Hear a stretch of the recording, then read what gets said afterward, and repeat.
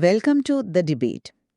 ഒരേ വിഷയത്തിലെ വ്യത്യസ്ത കാഴ്ചപ്പാടുകളും ആ ആഴത്തിലുള്ള വിശകലനങ്ങളും പങ്കുവയ്ക്കുന്ന വേദിയിലേക്ക് നിങ്ങൾക്ക് സ്വാഗതം. ഇന്ന് നമ്മൾ ചർച്ച ചെയ്യുന്നത് ദീർഘകാല നിക്ഷേപകരെ, അതായത് ഒരു 5 മുതൽ 10 വർഷം വരെ വിപണിയിൽ നിൽക്കാൻ ഉദ്ദേശിക്കുന്നവരെ എപ്പോഴും കുഴക്കുന്ന ഒരു പ്രധാനപ്പെട്ട വിഷയമാണ്. അതെ, ഒരു കമ്പനിയുടെ യഥാർത്ഥ മൂല്യം അല്ലെങ്കിൽ അതിന്റെ ഇൻട്രിൻസിക് വാല്യൂ കണ്ടെത്തുന്നതിന് ഏത് ഘടകമാണ് കൂടുതൽ നിർണായകമെന്നതാണ് ഇന്നത്തെ നമ്മുടെ പ്രധാന ചോദ്യം. ശരിയാണ്. ബാലൻസ് ഷീറ്റും ഇൻകം സ്റ്റേറ്റ്മെന്റും ക്യാഷ് ഫ്ലോയുമൊക്കെ ഉൾപ്പെടുന്ന ക്വാണ്ടിറ്റേറ്റീവ് അനാലിസിസ് ആണോ, അതോ മാനേജ്മെന്റ് ക്വാളിറ്റിയും ബിസിനസ് മോഡലിന്റെ കരുത്തും പരിശോധിക്കുന്ന ക്വാളിറ്റേറ്റീവ് അനാലിസിസ് ആണോ കൂടുതൽ പ്രധാനമെന്ന്? ഈയൊരു വിഷയത്തിൽ മാനേജ്മെന്റിന്റെ സ്കിൽ, കോർപ്പറേറ്റ് ഗവേണൻസ് പോലുള്ള ക്വാളിറ്റേറ്റീവ് കാര്യങ്ങളാണ് യഥാർത്ഥത്തിൽ ദീർഘകാല സമ്പത്ത് സൃഷ്ടിക്കുന്നത് എന്ന് ഞാൻ വാദിക്കുന്നു. എന്നാൽ ഞാൻ വിശ്വസിക്കുന്നത് സാമ്പത്തിക റിപ്പോർട്ടുകളിലെ ഡേറ്റയും ഹാർഡ് നമ്പറുകളും അടിസ്ഥാനമാക്കിയുള്ള ക്വാണ്ടിറ്റേറ്റീവ് അനാലിസിസ് ആണ് നിക്ഷേപ തീരുമാനങ്ങളുടെ യഥാർത്ഥ അടിത്തറയെന്നാണ്. അക്കങ്ങളില്ലാത്ത ഏത് അനാലിസിസും വെറും ഊഹക്കച്ചവടം മാത്രമാണ്. നോക്കൂ, ഫിനാൻഷ്യൽ നമ്പറുകൾ തീർച്ചയായും ആവശ്യമാണ്, അത് ഞാൻ നിഷേധിക്കുന്നില്ല. എന്നാൽ അവ എപ്പോഴും കഴിഞ്ഞ കാലത്തെ മാത്രമാണ് കാണിക്കുന്നത്. ദീർഘകാല നിക്ഷേപം എന്ന് പറയുന്നത് എപ്പോഴും ഭാവിയെ അടിസ്ഥാനമാക്കിയുള്ളതാണ്. അതുകൊണ്ടുതന്നെ കോമ്പറ്റിറ്റീവ് മോഡ്, മാനേജ്മെന്റിന്റെ ക്യാപിറ്റൽ അലോക്കേഷൻ സ്കിൽ തുടങ്ങിയവ വിലയിരുത്തുന്ന ക്വാളിറ്റേറ്റീവ് അനാലിസിസ് ആണ് കൂടുതൽ പ്രധാനം. നമ്പറുകൾക്ക് പിന്നിലെ കഥ മനസ്സിലാക്കാതെ അക്കങ്ങൾ മാത്രം നോക്കി നിക്ഷേപിക്കുന്നത് ഡ്രൈവിംഗ് അറിയാത്തൊരാൾ കാറിന്റെ ഡാഷ്ബോർഡ് മാത്രം നോക്കി വണ്ടി ഓടിക്കാൻ ശ്രമിക്കുന്നത് പോലെയാണ്. ആ ഡാഷ്ബോർഡ് ഉദാഹരണം കൊള്ളാം. പക്ഷെ അടിസ്ഥാനപരമായി ഈ അനാലിസിസ് തുടങ്ങേണ്ടത് കൃത്യമായ നമ്പറുകളിൽ നിന്നാണ്. ദീർഘകാല നിക്ഷേപത്തിൽ ഒരു കമ്പനിയുടെ മൂല്യമെന്നത് ഭാവിയിൽ ആ കമ്പനി ജനറേറ്റ് ചെയ്യാൻ പോകുന്ന ഫ്രീ ക്യാഷ് ഫ്ലോയുടെ ഇന്നത്തെ മൂല്യമാണ്. നമ്മൾ ഡിസ്കൗണ്ടഡ് ക്യാഷ് ഫ്ലോ അല്ലെങ്കിൽ DCF വഴി കണക്കാക്കുന്ന ആ ഒരു വാല്യൂ. ഒരു കമ്പനിക്ക് മികച്ച വളർച്ചയുണ്ടെന്നവർക്ക് അവകാശപ്പെടാം. കേൾക്കാൻ രസമുള്ളൊരു സ്റ്റോറി അവർക്ക് പറയാനുണ്ടാകും.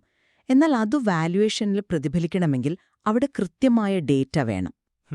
ഉദാഹരണത്തിന്, വിപണിയിൽ വലിയ ഹൈപ്പോടെ വന്ന കുറേ കമ്പനികളെ നമ്മൾ കണ്ടിട്ടുണ്ട്. മികച്ച വിഷനുള്ള മാനേജ്മെന്റ് ഉണ്ടെന്നും പുതിയൊരു ഇക്കോസിസ്റ്റം അവർ സൃഷ്ടിക്കുകയാണെന്നും ഒക്കെയായിരുന്നു അന്ന് ക്വാളിറ്റേറ്റീവ് അനാലിസിസ് പറഞ്ഞിരുന്നത്.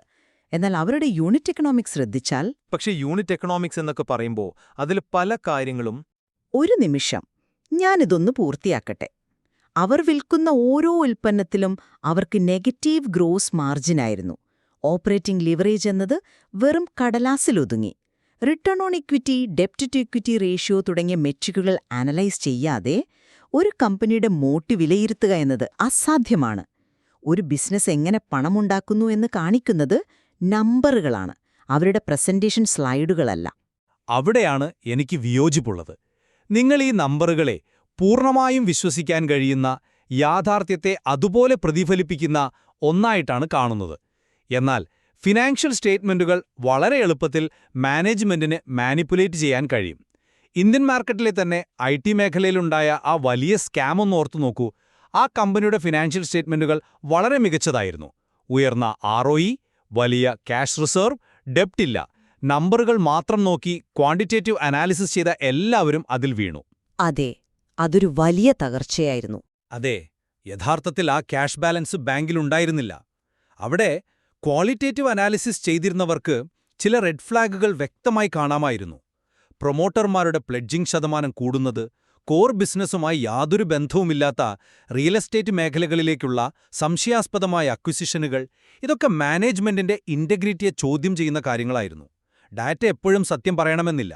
ഡാറ്റ തയ്യാറാക്കുന്നയാളുകളുടെ ഉദ്ദേശശുദ്ധി കൂടി നമ്മൾ വിലയിരുത്തേണ്ടതുണ്ട്. ആ ഉദാഹരണത്തോട് ഞാൻ യോജിക്കുന്നു. കോർപ്പറേറ്റ് ഫ്രോഡ് കണ്ടെത്തുക എന്നത് പ്രധാനമാണ്. എങ്കിലും നിങ്ങൾ പറഞ്ഞ ആ IT കമ്പനിയുടെ കാര്യത്തിൽ പോലും ആഴത്തിലുള്ള ഒരു ക്വാണ്ടിറ്റേറ്റീവ് അനാലിസിസിലൂടെ ആ ഫ്രോഡ് കണ്ടുപിടിക്കാൻ കഴിയുമായിരുന്നു എന്നതാണ് യാഥാർത്ഥ്യം. എങ്ങനെ? അവർ റിപ്പോർട്ട് ചെയ്ത ക്യാഷ് ബാലൻസ് തന്നെ വ്യാജമായിരുന്നില്ലേ? ശരിയാണ്, വ്യാജമായിരുന്നു. പക്ഷേ അവർ കാണിച്ചിരുന്ന ക്യാഷ് ബാലൻസിന് ആനുപാതികമായ പലിശ വരുമാനം അവരുടെ P&L സ്റ്റേറ്റ്മെന്റിൽ പ്രതിഫലിച്ചിരുന്നില്ല. അതുപോലെ ടാക്സ് പേയ്മെന്റ്സ് പരിശോധിച്ചാൽ യഥാർത്ഥ ലാഭവും റിപ്പോർട്ട് ചെയ്ത ലാഭവും തമ്മിലുള്ള വലിയ പൊരുത്തക്കേടുകൾ കാണാമായിരുന്നു. അതായത് നമ്പറുകൾ തന്നെയാണ് അവിടെയും സത്യം വെളിപ്പെടുത്തിയത്. ക്വാളിറ്റേറ്റീവ് അനാലിസിസ് പലപ്പോഴും ഒരുതരം കോൺഫർമേഷൻ ബയസിലേക്ക് നയിക്കാം. നമുക്കിഷ്ടമുള്ള മാനേജ്മെന്റ് ആണെങ്കിൽ അവർ ചെയ്യുന്ന തെറ്റുകളെ നമ്മൾ ന്യായീകരിക്കും. എന്നാൽ ഈ പറയുന്ന ഏണിംഗ്സ് ക്വാളിറ്റി പരിശോധിക്കാൻ ഓപ്പറേറ്റിംഗ് ക്യാഷ് ഫ്ലോയും റിപ്പോർട്ടഡ് പാറ്റും തമ്മിലുള്ള അനുപാതം നോക്കിയാൽ മതി. അതൊരിക്കലും നുണ പറയില്ല. ആ ഡീപ്പ് ക്വാണ്ടിറ്റേറ്റീവ് അനാലിസിസ് ഫ്രോഡ് കണ്ടുപിടിക്കാൻ സഹായിച്ചേക്കാമെന്ന് ഞാൻ സമ്മതിക്കുന്നു. എന്നാൽ ഞാൻ ചോദിക്കുന്നത് ഫ്രോഡിന്റെ കാര്യം മാത്രമല്ല. നമ്മൾ ഭാവിയിലെ ഗ്രോത്ത് വിലയിരുത്തുമ്പോൾ ഈ നമ്പറുകൾക്ക് വലിയ പരിമിതികളുണ്ട്. ഇന്ന് വളർന്നുകൊണ്ടിരിക്കുന്ന ഡേറ്റ അനലിറ്റിക്സ്, ആർട്ടിഫിഷ്യൽ ഇന്റലിജൻസ് അല്ലെങ്കിൽ സാസ് പോലെയുള്ള ബിസിനസ് മോഡലുകൾ എടുക്കുക. നിലവിലെ അക്കൗണ്ടിംഗ് സ്റ്റാൻഡേർഡ്സ്, അതായത് ഗാപ്പ്, ഇത്തരം കമ്പനികളുടെ യഥാർത്ഥ മൂല്യം കാണിക്കാൻ പര്യാപ്തമല്ല. ഇത്തരം കമ്പനികൾ അവരുടെ റിസർച്ച് ആൻഡ് ഡെവലപ്മെന്റിനും കസ്റ്റമർ അക്വിസിഷനും ചിലവാക്കുന്ന ഭീമമായ തുകകൾ നിലവിലെ P&L-ൽ ഒരു ചെലവായിട്ടാണ് കാണിക്കുന്നത്. അതുകൊണ്ട് ഇന്നത്തെ അവരുടെ ലാഭം വളരെ കുറവായിരിക്കാം, അല്ലെങ്കിൽ കമ്പനി നഷ്ടത്തിലായിരിക്കാം. ഒരു ക്വാണ്ടിറ്റേറ്റീവ് അനലിസ്റ്റ് ഈ കമ്പനിയുടെ അക്കൗണ്ടുകൾ നോക്കിയാൽ ഇത് വളരെ മോശം കമ്പനിയാണെന്ന് പറയും. എന്നാൽ ക്വാളിറ്റേറ്റീവായി നോക്കുമ്പോൾ ആ കസ്റ്റമർ അക്വിസിഷൻ ഒരു എക്സ്പെൻസ് അല്ല, മറിച്ച് അതൊരു അസറ്റ് ക്രിയേഷനാണ്. ഉയർന്ന സ്വിച്ചിംഗ് കോസ്റ്റുള്ള ആ ബിസിനസ്സിൽ ഭാവിയിൽ വൻതോതിൽ ക്യാഷ് ഫ്ലോ ഉണ്ടാകും. അവിടെ ഇന്നത്തെ PE റേഷ്യോ നോക്കുന്ന ഒരാൾക്ക് വലിയൊരു അവസരമാണ് നഷ്ടപ്പെടുന്നത്. ആ വാദത്തിൽ കഴമ്പുണ്ട്. ടെക്നോളജി കമ്പനികളുടെ കാര്യത്തിൽ പരമ്പരാഗത വാല്യുവേഷൻ മെട്രിക്സുകൾ ചിലപ്പോൾ അപര്യാപ്തമായേക്കാം. എന്നാൽ അവിടെയും അടിസ്ഥാന തത്വങ്ങൾ മാറുന്നില്ല എന്നാണ് എന്റെ പക്ഷം. ഒരു സാസ് കമ്പനിയാണെങ്കിൽ കൂടി അവരുടെ rule of 40, lifetime value to customer acquisition cost ratio തുടങ്ങിയ പുതിയ ക്വാണ്ടിറ്റേറ്റീവ് മെട്രിക്സുകൾ അവിടെയുണ്ട്. നിങ്ങൾ പറയുന്ന മോട്ട് യഥാർത്ഥത്തിൽ ഉണ്ടെങ്കിൽ അത് കാലക്രമേണ ഉയർന്ന ഗ്രോസ് മാർജിനുകളായും വർദ്ധിച്ചുവരുന്ന മാർക്കറ്റ് ഷെയറായും കണക്കുകളിൽ പ്രതിഫലിക്കണം. പക്ഷേ അത് പ്രതിഫലിക്കാൻ കുറച്ച് സമയമെടുക്കില്ലേ? തീർച്ചയായും സമയമെടുക്കും. എന്നാൽ ഒരു കമ്പനിക്ക് മികച്ച ബ്രാൻഡ് വാല്യൂ ഉണ്ടെന്ന് ക്വാളിറ്റേറ്റീവായി നമ്മൾ അവകാശപ്പെടുകയും എന്നാൽ കഴിഞ്ഞ 5 വർഷമായി അവരുടെ മാർജിൻ കുറഞ്ഞുകൊണ്ടിരിക്കുകയുമാണെങ്കിൽ ആ ബ്രാൻഡ് വാല്യൂ എന്നത് വെറുമൊരു മിഥ്യയാണ്. അക്കങ്ങളെ അവഗണിച്ചുകൊണ്ടുള്ള ഒരു മോട്ട് അനാലിസിസും പൂർണ്ണമല്ല. ഇനി ക്യാപിറ്റൽ ഇൻറ്റൻസീവ് ആയിട്ടുള്ള ടെലികോം, സിമെന്റ്, സ്റ്റീൽ പോലെയുള്ള അടിസ്ഥാന മേഖലകളിൽ EIC അപ്രോച്ച് ഉപയോഗിച്ച് അനാലിസിസ് ചെയ്യുമ്പോൾ മാക്രോ ഇക്കണോമിക് ഡേറ്റയ്ക്കാണ് ഏറ്റവും പ്രാധാന്യം. അവിടെ മാനേജ്മെന്റ് എത്ര മികച്ചതാണെങ്കിലും ആഗോളതലത്തിൽ കമോഡിറ്റി സൈക്കിൾ ഡൗൺ ആണെങ്കിൽ കമ്പനിയുടെ ലാഭം ഇടിയും. EIC ഫ്രെയിംവർക്കിന്റെ കാര്യം വന്നതുകൊണ്ട് പറയുകയാണ്, സമ്പദ് വ്യവസ്ഥയുടെയും ഇൻഡസ്ട്രിയുടെയും വളർച്ച മാക്രോ ലെവലിൽ ഡേറ്റ വെച്ച് അളക്കാമെന്നത് ശരിയാണ്. എന്നാൽ ഒരു ഇൻഡസ്ട്രി വളരെ വേഗത്തിൽ വളരുന്നതുകൊണ്ട് മാത്രം അതിലെ എല്ലാ കമ്പനികളും വിജയിക്കണമെന്നില്ലല്ലോ. ഇന്ത്യയിലെ ടെലികോം മേഖലയും ഏവിയേഷൻ മേഖലയും തന്നെയല്ലേ ഇതിന് ഏറ്റവും മികച്ച ഉദാഹരണങ്ങൾ. കഴിഞ്ഞ 20 വർഷമായി ഏറ്റവും കൂടുതൽ വളർച്ച നേടിയ ഇൻഡസ്ട്രികളാണിവ രണ്ടും.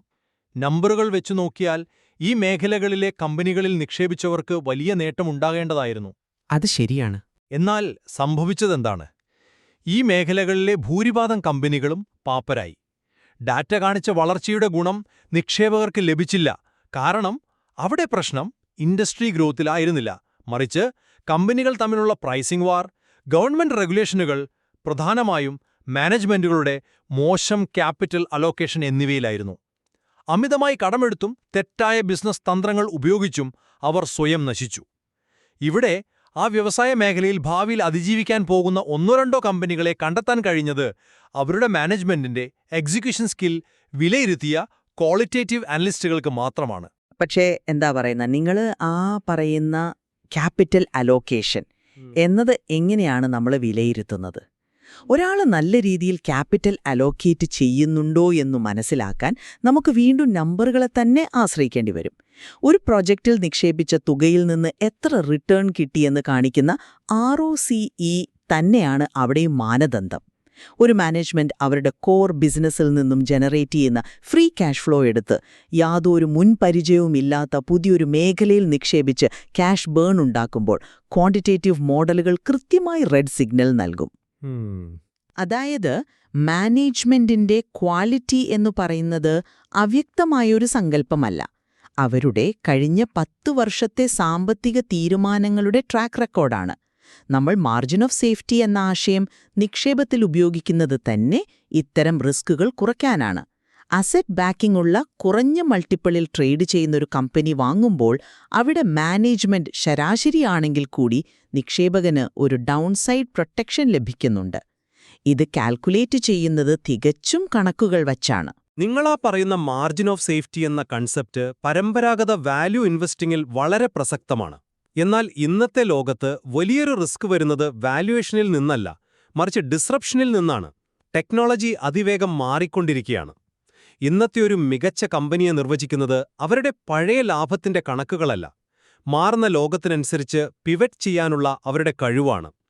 മൊബൈൽ ഫോൺ വ്യവസായത്തിൽ ഒരു കാലത്ത് ആധിപത്യം പുലർത്തിയിരുന്ന ആ പ്രമുഖ കമ്പനിയുടെ കാര്യം തന്നെ എടുക്കാം. നോക്കിയയുടെ കാര്യമല്ലേ? അതെ, സ്മാർട്ട് ഫോണുകൾ വരുന്നതിന് തൊട്ടുമുൻപ് അവരുടെ ബാലൻസ് ഷീറ്റ് എടുത്താൽ അവർക്ക് വലിയ ക്യാഷ് റിസർവ് ഉണ്ടായിരുന്നു, ROCE വളരെ ഉയർന്നതായിരുന്നു, കടം ഒട്ടുമില്ലായിരുന്നു. ക്വാണ്ടിറ്റേറ്റീവ് മെട്രിക്സ് പ്രകാരം അത് പെർഫെക്റ്റ് ആയിരുന്നു. എന്നാൽ സോഫ്റ്റ്വെയറിന്റെയും ആപ്പ് ഇക്കോസിസ്റ്റത്തിന്റെയും പ്രാധാന്യം മനസ്സിലാക്കുന്നതിൽ അവരുടെ മാനേജ്മെന്റ് പരാജയപ്പെട്ടു. ആ ഒരു ക്വാളിറ്റേറ്റീവ് പരാജയം ആ കമ്പനിയുടെ തകർച്ചയ്ക്ക് കാരണമായി. അവിടെ ഹിസ്റ്റോറിക്കൽ ഡാറ്റ നിക്ഷേപകരെ സംരക്ഷിച്ചില്ല. അക്കങ്ങൾ മികച്ചതായിട്ടും ബിസിനസ് മോഡൽ കാലഹരണപ്പെട്ടു പോയതുകൊണ്ട് മാത്രം തകർന്നടിഞ്ഞ കമ്പനികളുടെ ഉദാഹരണങ്ങൾ നമുക്ക് മുന്നിലുണ്ട്. അവിടെയാണ് ഇൻഡസ്ട്രി ഡൈനാമിക്സ് മനസ്സിലാക്കുന്ന ഒരു ക്വാളിറ്റേറ്റീവ് അനാലിസിസിന്റെ ആവശ്യം വരുന്നത്. ഉദാഹരണങ്ങൾ വിപണിയിൽ എപ്പോഴും സംഭവിക്കാവുന്ന കാര്യങ്ങളാണ്. ബിസിനസ് മോഡൽ കാലഹരണപ്പെടുക എന്നത് തീർച്ചയായും ഒരു വലിയ റിസ്ക് തന്നെയാണ്. എന്നാൽ അത്തരം ഡിസ്റപ്ഷനുകൾ മുൻകൂട്ടി കാണുക എന്നത് വളരെ ബുദ്ധിമുട്ടുള്ള കാര്യമാണ്. സ്മാർട്ട് ഫോണുകൾ വന്ന് വർഷങ്ങൾക്ക് ശേഷമാണ് ആ കമ്പനിയുടെ വിപണി വിഹിതം പൂർണ്ണമായും ഇടിഞ്ഞത്. ആ സമയത്തിനുള്ളിൽ തന്നെ അവരുടെ വിൽപ്പനയിലെ ഇടിവും വർക്കിംഗ് ക്യാപിറ്റൽ സൈക്കിളിലെ മാറ്റങ്ങളും ക്വാണ്ടിറ്റേറ്റീവ് അനലിസ്റ്റുകൾക്ക് വ്യക്തമായ സൂചന നൽകിയിരുന്നു. കൂടാതെ നമ്മൾ മനസ്സിലാക്കേണ്ട ഒരു പ്രധാന കാര്യമുണ്ട്. ടെക്നോളജി മാറുന്നു എന്ന് കരുതി പുതിയതായി വരുന്ന എല്ലാ കമ്പനികളും വിജയിക്കില്ല. മികച്ച വിഷനുണ്ടെന്ന് പറയുന്ന 100 കണക്കിന് ഇലക്ട്രിക് വാഹന സ്റ്റാർട്ടപ്പുകൾ ഇന്ന് വിപണിയിലുണ്ട്.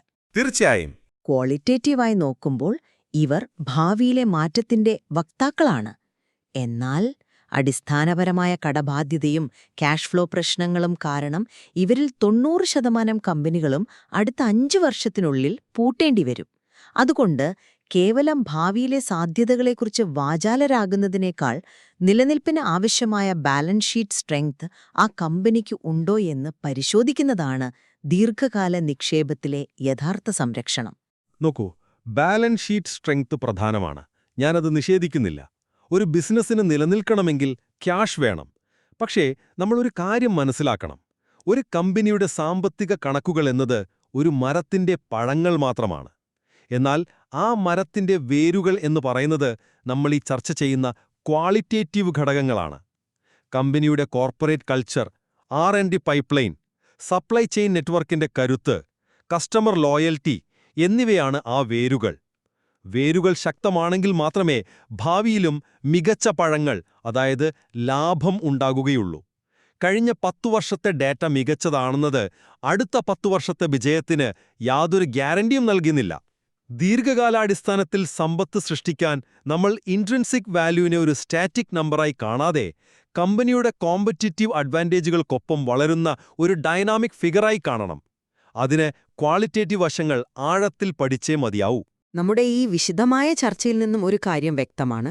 കമ്പനിയുടെ മൂല്യം നിർണ്ണയിക്കുന്നതിൽ ഫണ്ടമെന്റൽ അനാലിസിസ് അത്യന്താപേക്ഷിതമാണ് എന്നതിൽ നമുക്ക് ഒരേ അഭിപ്രായമാണ്. കമ്പനിയുടെ യഥാർത്ഥ അടിത്തറ അതിന്റെ സാമ്പത്തിക ഭദ്രതയും വാല്യുവേഷൻ മൾട്ടിപ്പിളുകളും ഹിസ്റ്റോറിക്കൽ ഡേറ്റയുമാണെന്ന് ഞാൻ വിശ്വസിക്കുമ്പോൾ, നിങ്ങൾ വാദിക്കുന്നത് മാനേജ്മെന്റിന്റെ മികച്ച ക്യാപിറ്റൽ അലോക്കേഷനും ഇൻഡസ്ട്രി ഡൈനാമിക്സിലെ ക്വാളിറ്റേറ്റീവ് മാറ്റങ്ങളുമാണ് ദീർഘകാലത്തിൽ കമ്പനിയെ മുന്നോട്ടു നയിക്കുന്നത് എന്നാണ്. ഇതിൽ ഏത് അനാലിസിസാണ് പ്രാഥമികമായി പരിഗണിക്കേണ്ടതെന്നതിൽ നമുക്കിടയിൽ വ്യക്തമായ വിയോജിപ്പുകൾ നിലനിൽക്കുന്നുണ്ട്. അതെ, ആ വിയോജിപ്പുകൾ നിലനിൽക്കുമ്പോഴും യഥാർത്ഥത്തിൽ ഒരു മികച്ച നിക്ഷേപ തീരുമാനം എടുക്കാൻ ക്വാളിറ്റേറ്റീവ് അനാലിസിസും ക്വാണ്ടിറ്റേറ്റീവ് അനാലിസിസും പരസ്പരം മത്സരിക്കുന്നവരല്ല, മറിച്ച് പരസ്പര പൂരകങ്ങളാണെന്ന യാഥാർത്ഥ്യം നമ്മൾ അംഗീകരിക്കേണ്ടതുണ്ട്. മികച്ച മാനേജ്മെന്റും ദുർബലമായ ബാലൻസ് ഷീറ്റുമുള്ളൊരു കമ്പനി എങ്ങുമെത്തില്ല. അതുപോലെ തന്നെ മികച്ച ബാലൻസ് ഷീറ്റും എന്നാൽ വിഷനില്ലാത്ത മാനേജ്മെന്റുമുള്ള കമ്പനിയും കാലക്രമേണ തകർന്നുപോകും. അക്കങ്ങൾക്ക് പിന്നിലെ കഥകൾ കൂടി നമ്മൾ വായിച്ചെടുക്കണം.